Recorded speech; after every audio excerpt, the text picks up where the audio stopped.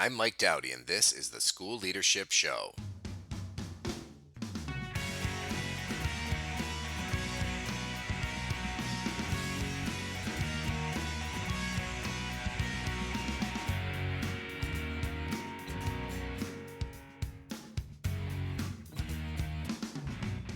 In this episode, I interview Erica Anderson, an author, trainer, consultant, and executive coach.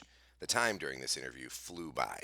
Erica shares her recent work on how to become a better learner from her new book, Be Bad First, Get Good at Things Fast to Stay Ready for the Future.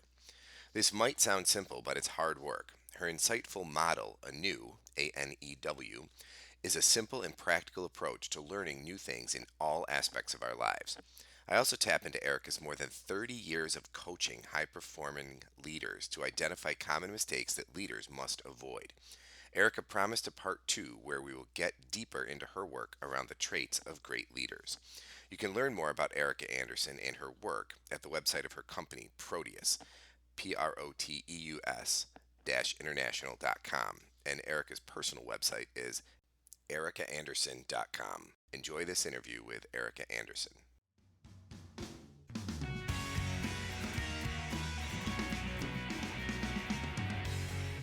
I'm here with Erica Anderson. Erica, thank you for joining me today.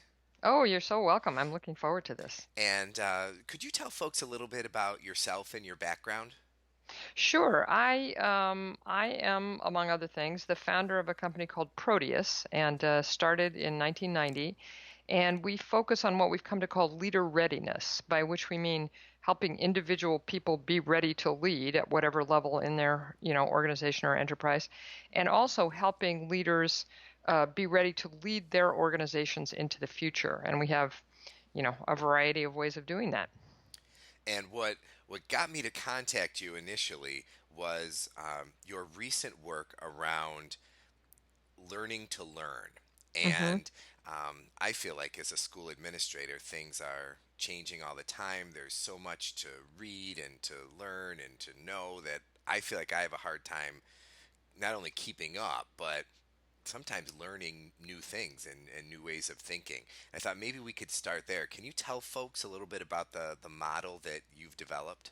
So, just to connect with your listeners, my daughter is a teacher. She teaches seventh and eighth grade in an independent, small, progressive school in New York, and I think will end up being a school administrator. She's very leader like. And so, what I've noticed with her is exactly what you said, that how she teaches and how she approaches teaching is so different than school was, 15 years ago when she was a kid, and you know 80,000 years ago when I was a kid. And I noticed that new things are coming up for her every day, as they are for all of us. I mean, if you don't mind, I'd love to do a little background on the speed of change before I roll into the model. Is that okay? Absolutely.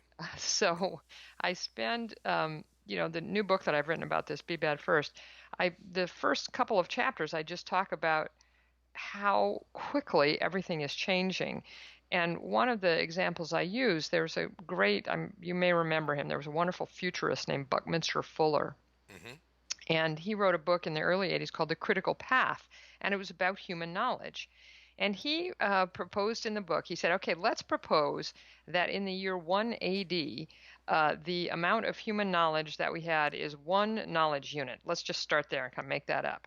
And then he further proposed that it took about 1,500 years for the total amount of human knowledge to double, so that by 1500 AD, we had two knowledge units.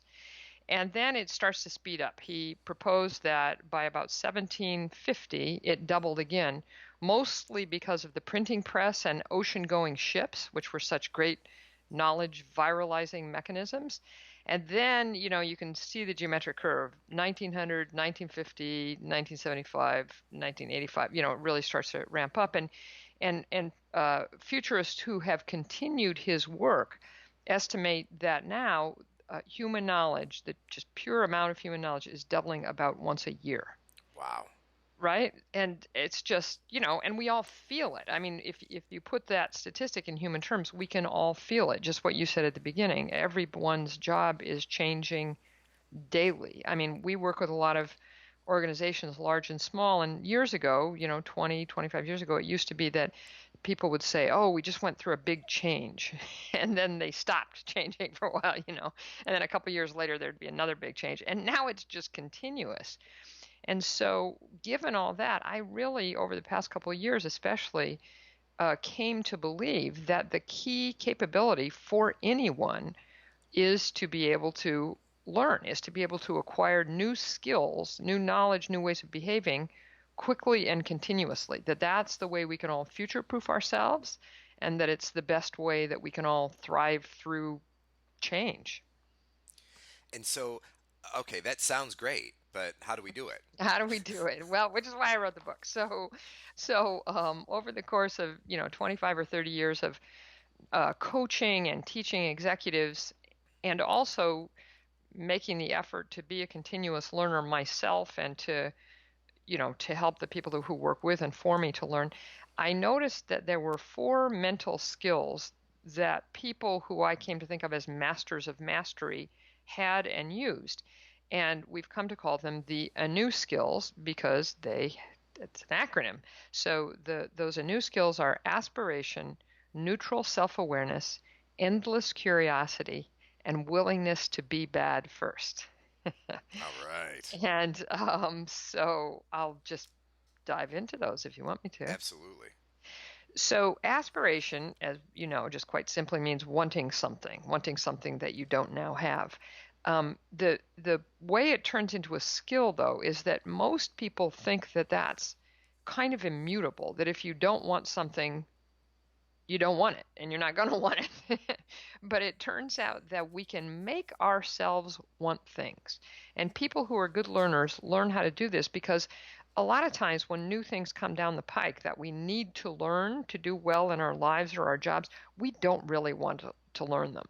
A new process at work, or a new way of doing something we've always done, or a new skill as a teacher, as a leader, as administrator that we need to get under our belts. We're like, yeah, I don't really want to learn how to do that.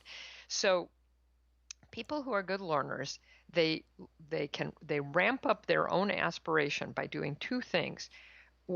If you think about it, when you don't want to do something, when you or I or anyone doesn't want to do something, what we tend to focus on are all the reasons why it's going to be hard, right? Yep. We think to ourselves, oh, it's going to be such a pain. It's going to take so long, and I probably don't even need to do it anyway. And when we do want to do something or learn something, we focus on the benefits to us.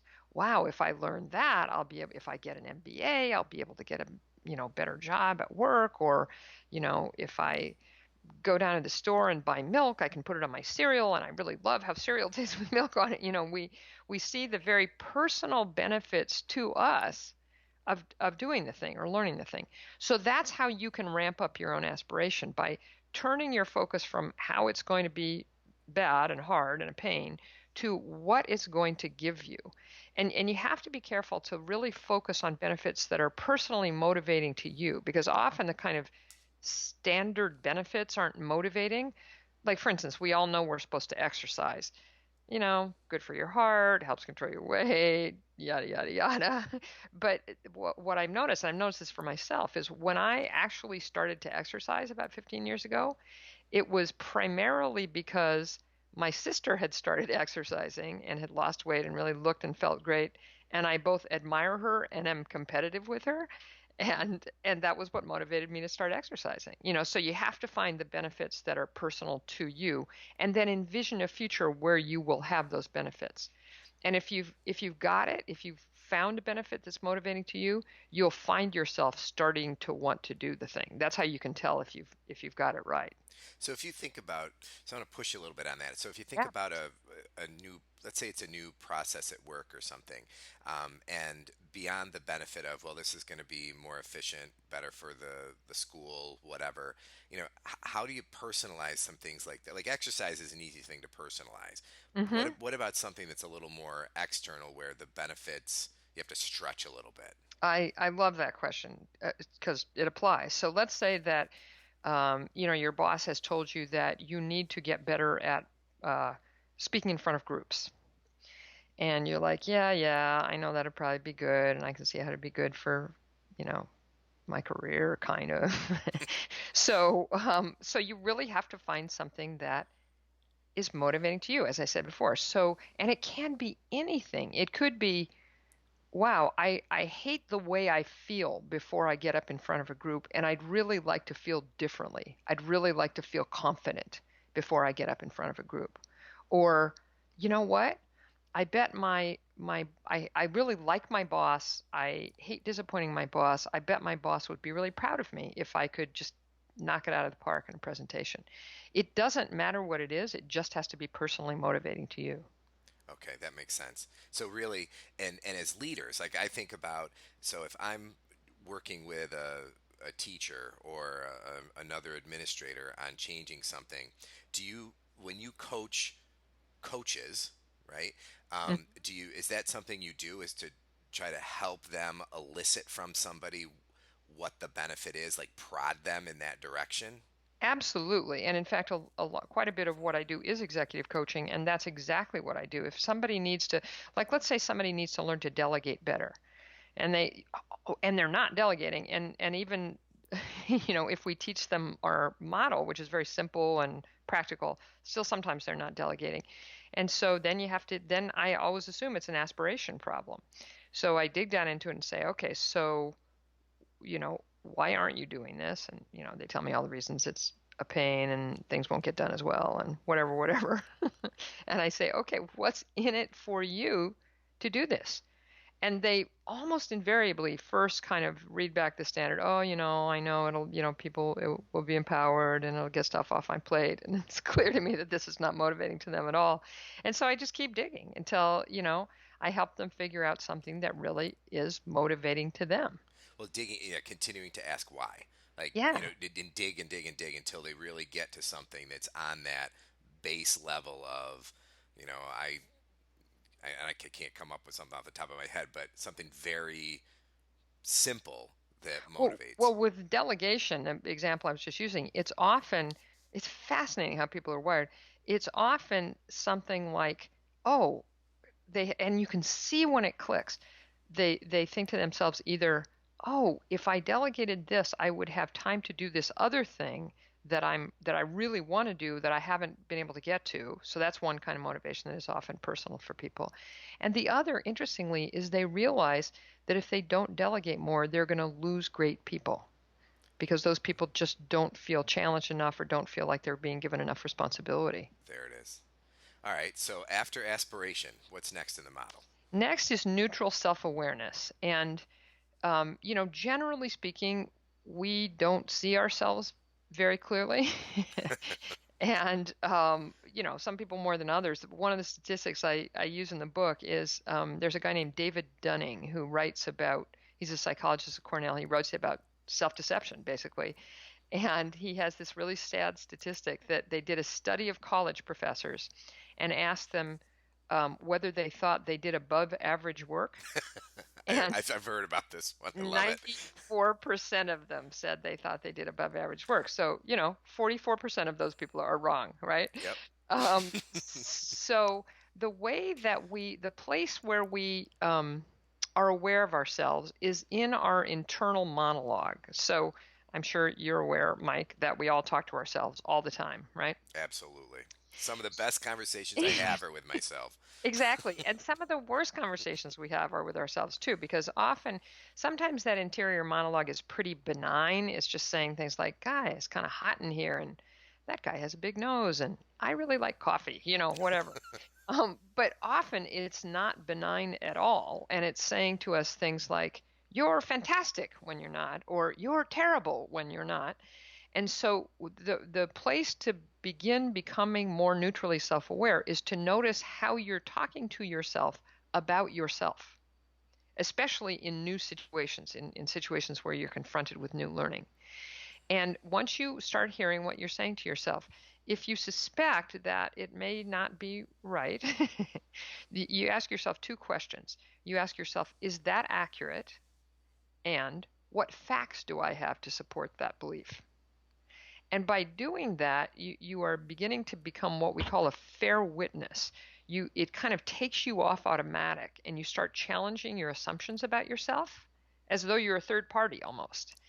And then, if you're lucky, you start going, huh, I wonder if that is accurate. Maybe I'm not as terrible as I think, or maybe I'm not as great as I think. I need to gather a little data here. And then you can start looking at the facts around you, and often that will give you a more accurate perception. And it also opens you up to what we call good sources. And that's the other part of becoming neutrally self-aware, is to find people who see you clearly, want the best for you, and are willing to tell you the truth, and ask them how you actually are showing up in a particular area, what your strengths and weaknesses are. Let me start there and then work backwards a little bit. So good sources, and I feel like I've worked very hard to develop some different groups of critical friends where I can go and Yeah. say, "Hey, listen, I'm working on this presentation. It's not quite there. Can I give it to you guys and get some real feedback Yes. beyond great job, Mike, but some real Yes. growth producing stuff?" So, what suggestions do you have for helping people develop that group of critical friends or folks who will give feedback? A wonderful question, and I actually have devoted a whole little section to this in the book. Usually, it's not that hard to find people who see you clearly and who want the best for you. The tough one is finding people who are willing to be honest with you, right? Because we all have various hesitations to being honest to people. We don't want to make them sad or mad. We don't want to hurt the relationship. So the very best thing you can do is first invite and reassure them. Make it just exactly what you said earlier. I really need your honest feedback about this. And then the critically important thing is whatever they say, just take it in.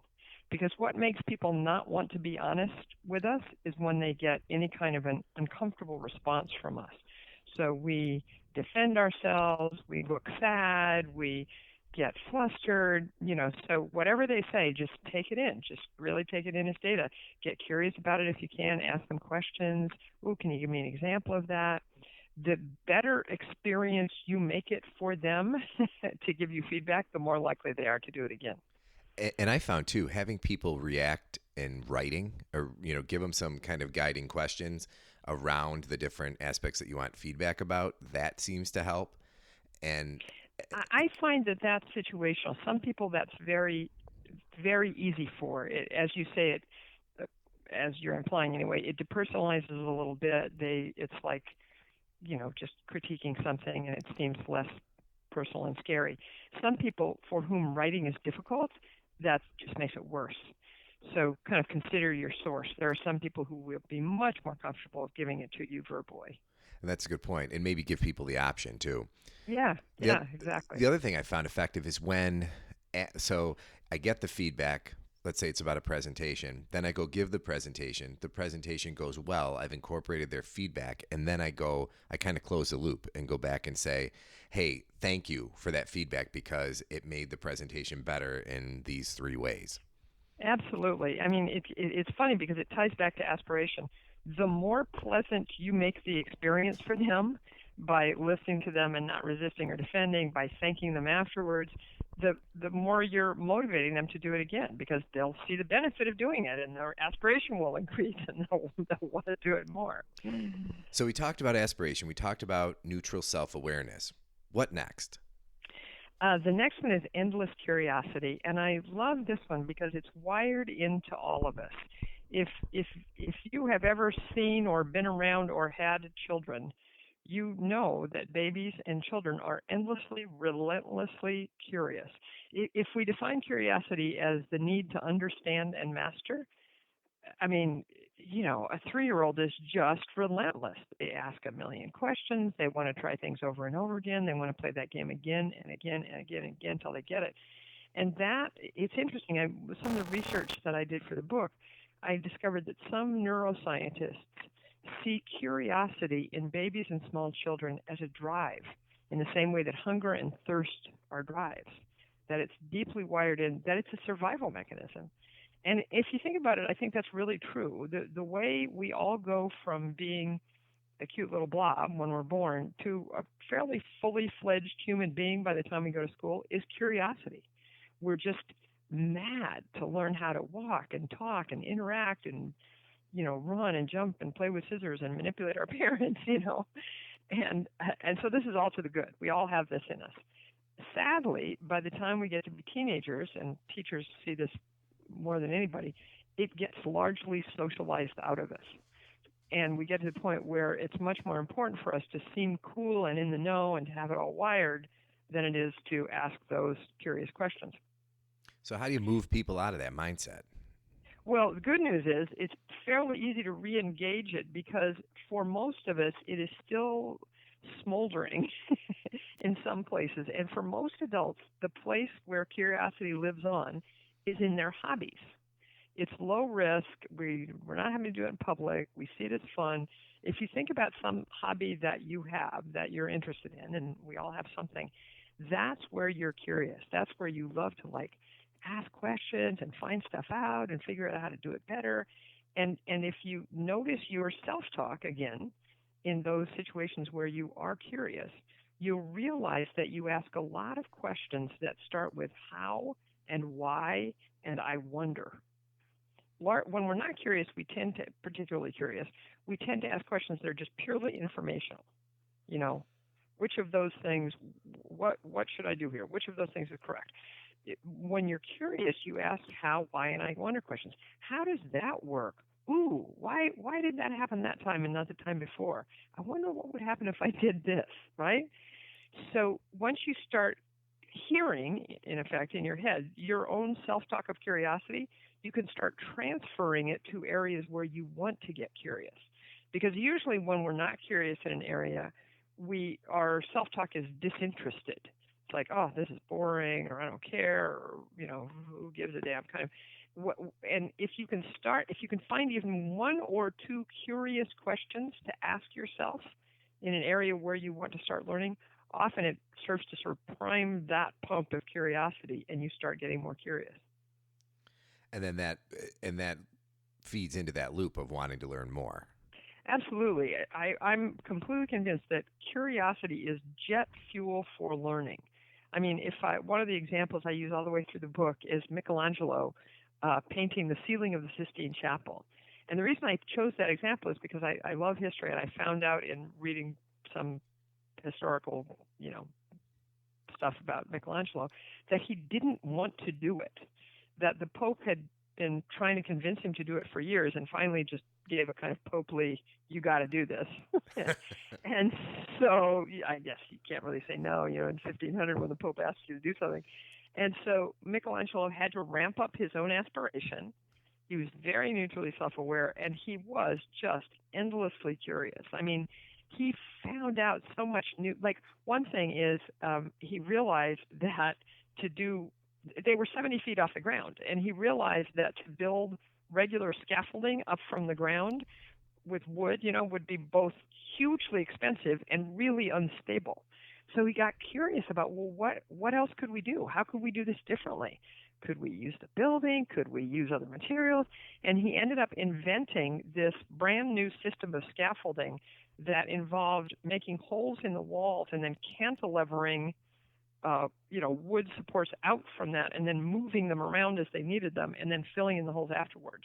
And it was such a great system that no worker on the Sistine Chapel ceiling was injured or killed during the whole 4 years of the project, which at the time was pretty remarkable.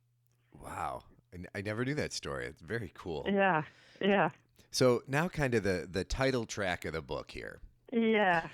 A willingness to be bad first. Be bad first. And the reason it's, as I love your framing, the title track of the book, the reason it's the title of the book is because for most adults, it is the hardest one.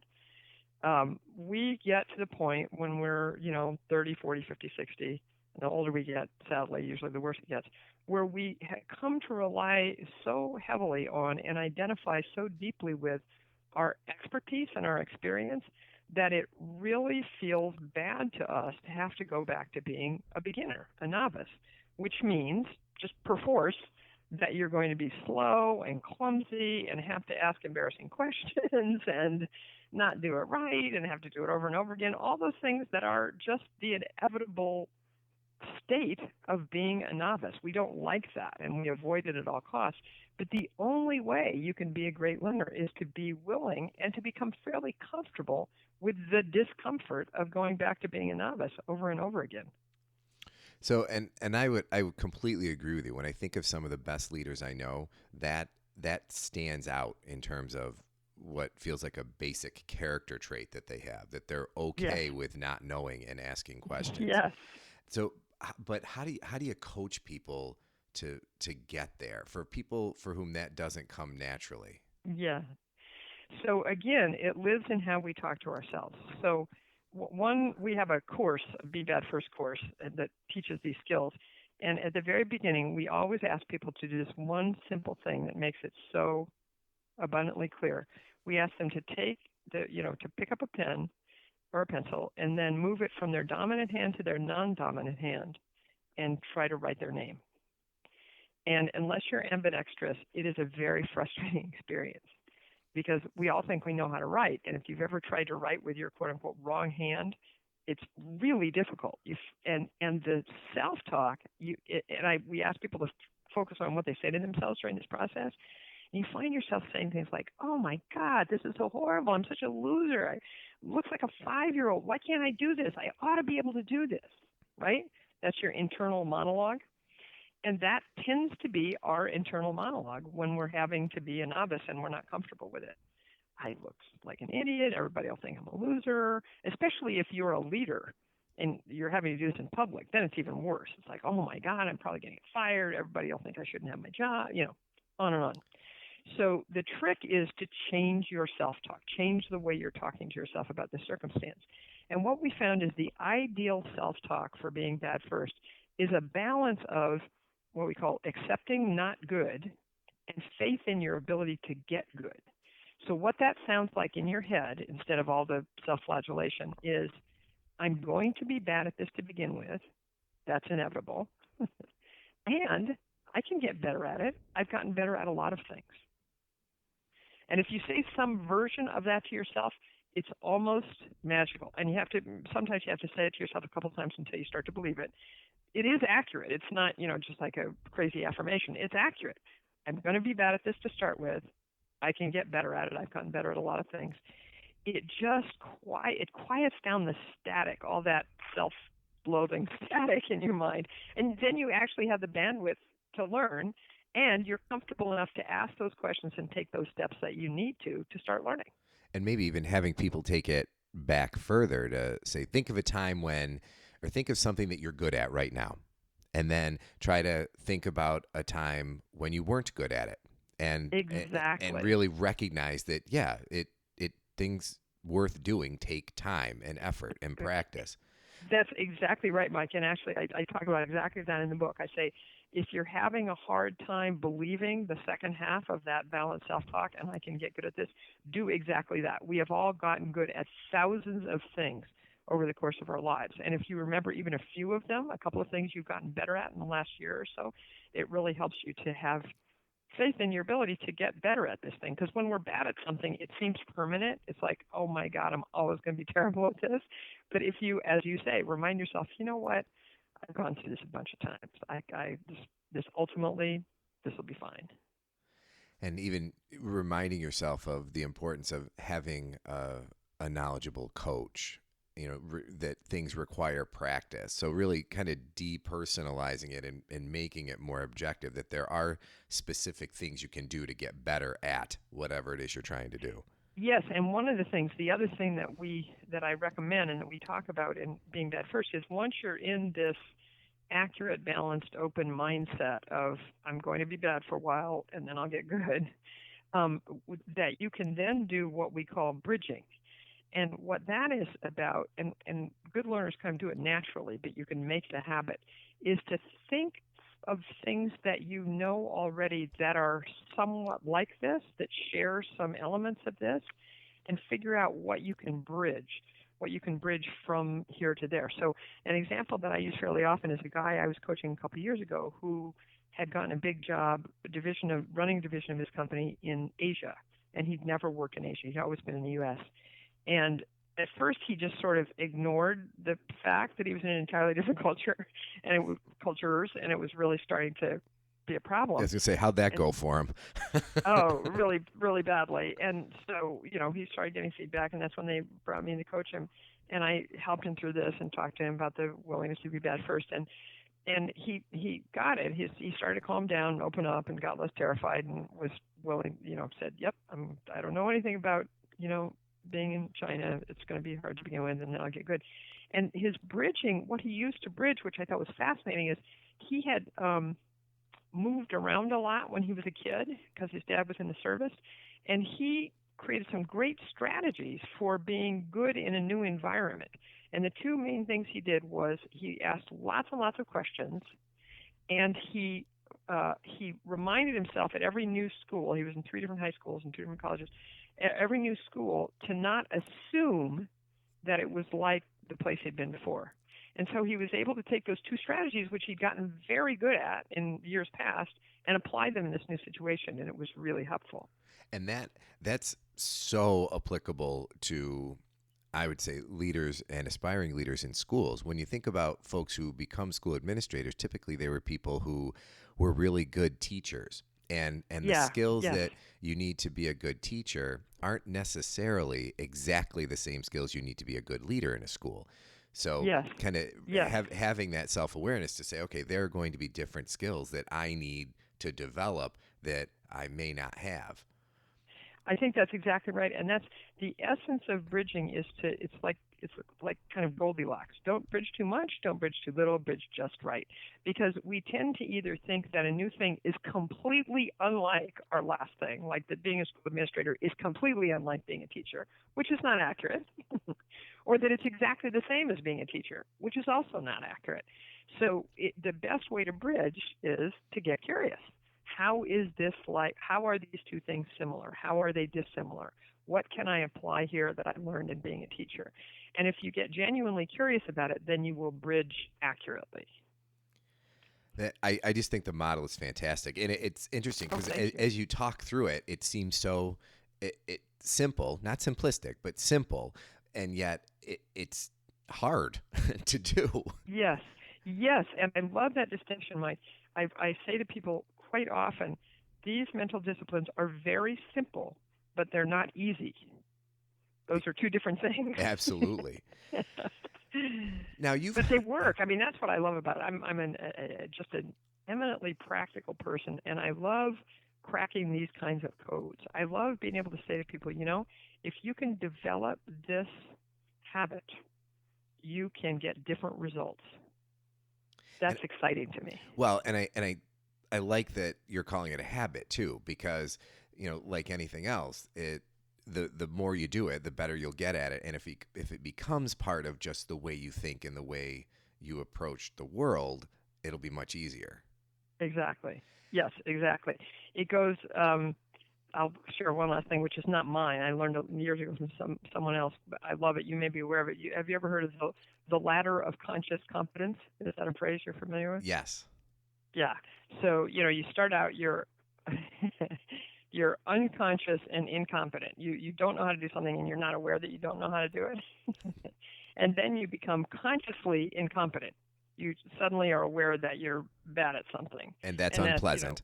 and it's really unpleasant, but it's halfway there. It's the necessary first step. That's where you get to start being bad first. Then you get consciously competent, where you can do it, but you have to really attend to it.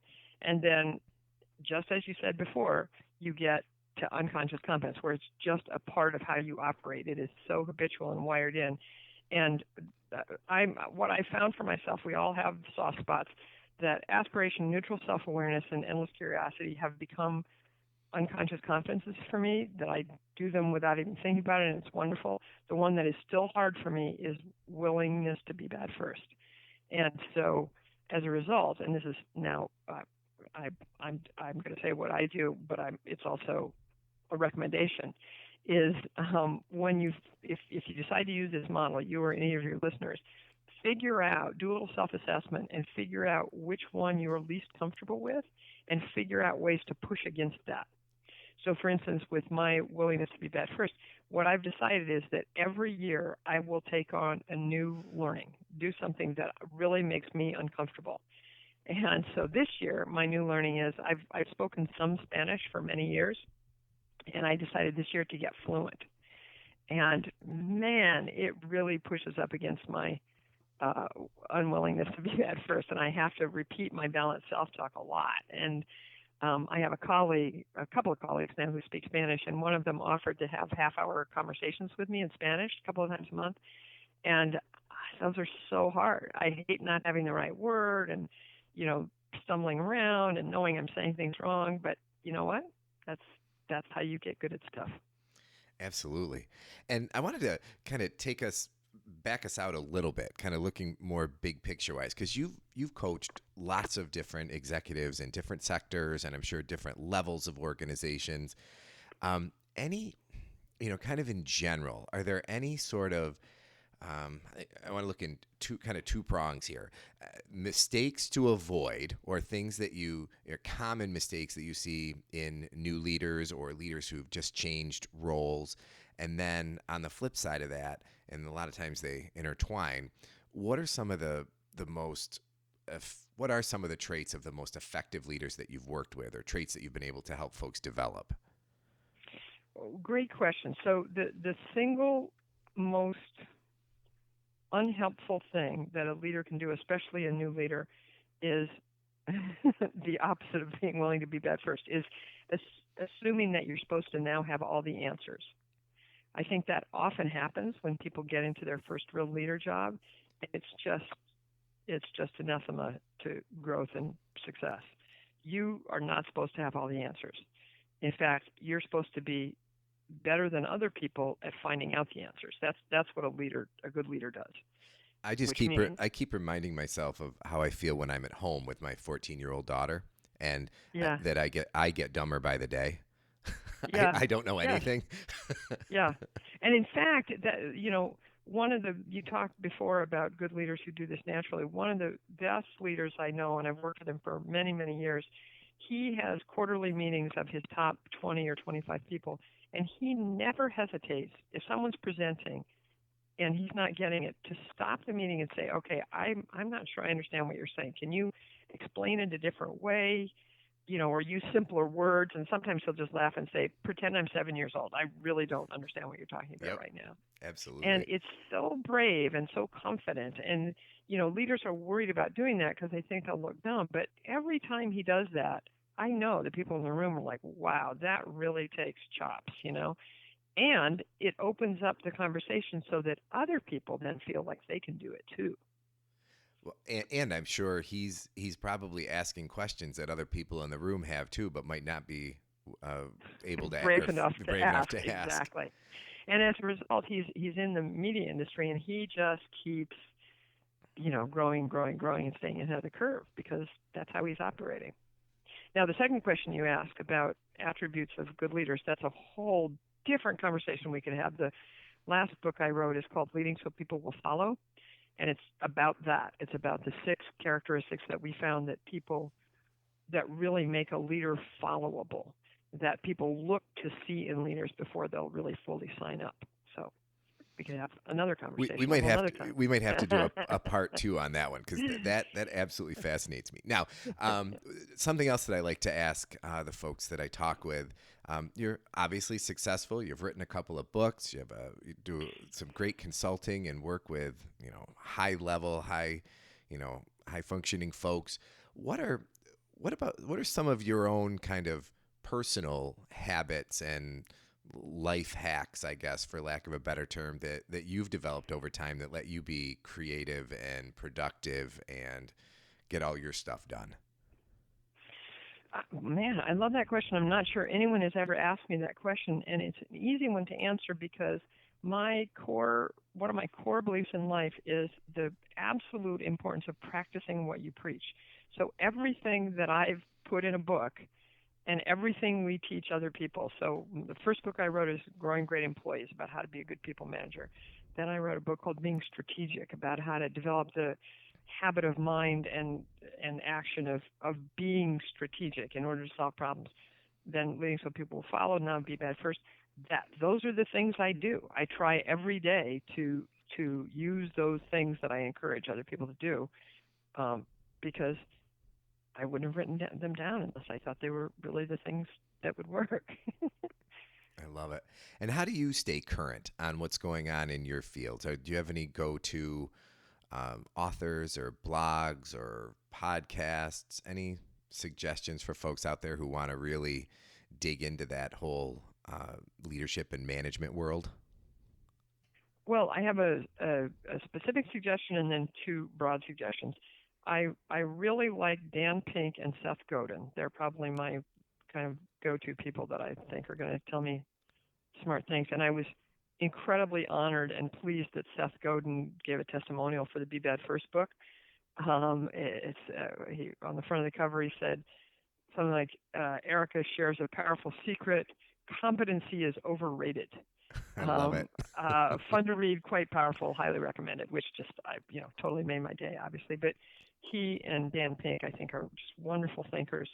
So that's specific resources. But the main thing is really staying curious. I really have tried to make useful curiosity, true curiosity, just a daily habit. And so I cannot overemphasize how powerful it is to get really curious about things that you need to find out about. So, Erica, you have been so generous with your time, and I appreciate it. And where can people go to learn more about you and your work? They can go to a variety of places. They can buy the book on Amazon or any online retailer or wherever books are sold, brick and mortar. Be Bad First, get good at things fast to stay ready for the future. They can go to my company's website, which is proteus-international.com. They can go to my website, which is Erica Andersen, and it's spelled oddly, ErikaAndersen.com. And you can also, if you're curious about how good of a learner you are right now, you can go to getgoodatthingsfast.com and take the quiz. Fantastic. Thank you so much. And I'll definitely be contacting you for a part 2. Okay, great, Mike. This was really fun.